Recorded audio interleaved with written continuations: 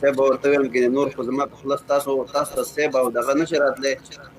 ځکه تېره ورځ تاسو ته لایف راغلی وم هغه وخت کې چې هغه دماکې او هغه حملې نه وې شوې په افغانستان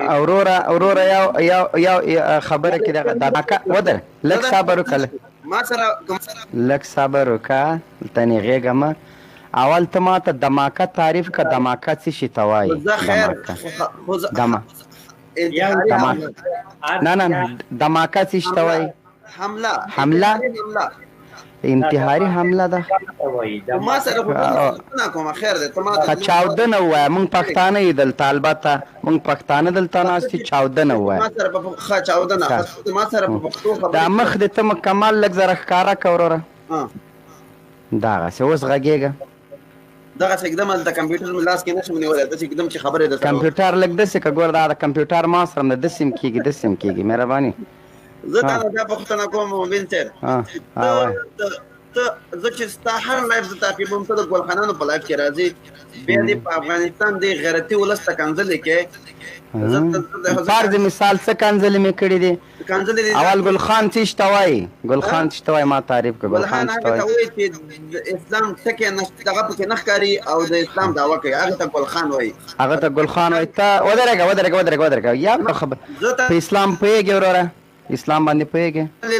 الحمدلله روژه مې په خوله ده ښه د اوداسه فرایض څو دي ما زه هغه سړی نه یم چې زه ته خوله او پوزه یاده کړم اوداسه فرضونه زه ته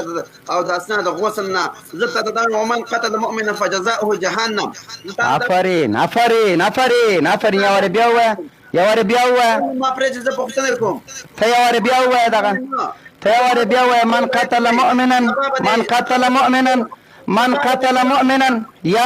قتل مؤمنا خپله دې وویلې چې هغه څوک چې په دین نه پوهېږي هغه ګلخان د ویلې که نه انجینر صاحب ګلخان وروره دا ته بیا مه وایه من قتل مؤمنا قطع کوم دی من قتل مؤمنا فجزاؤه جهنم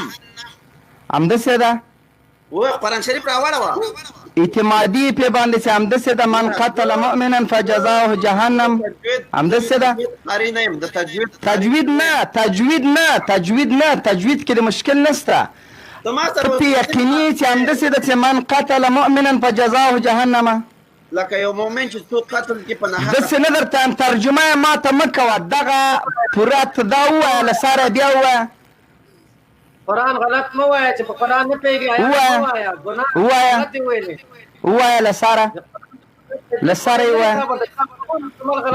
یې ووایه تجوید باندې بس نه ده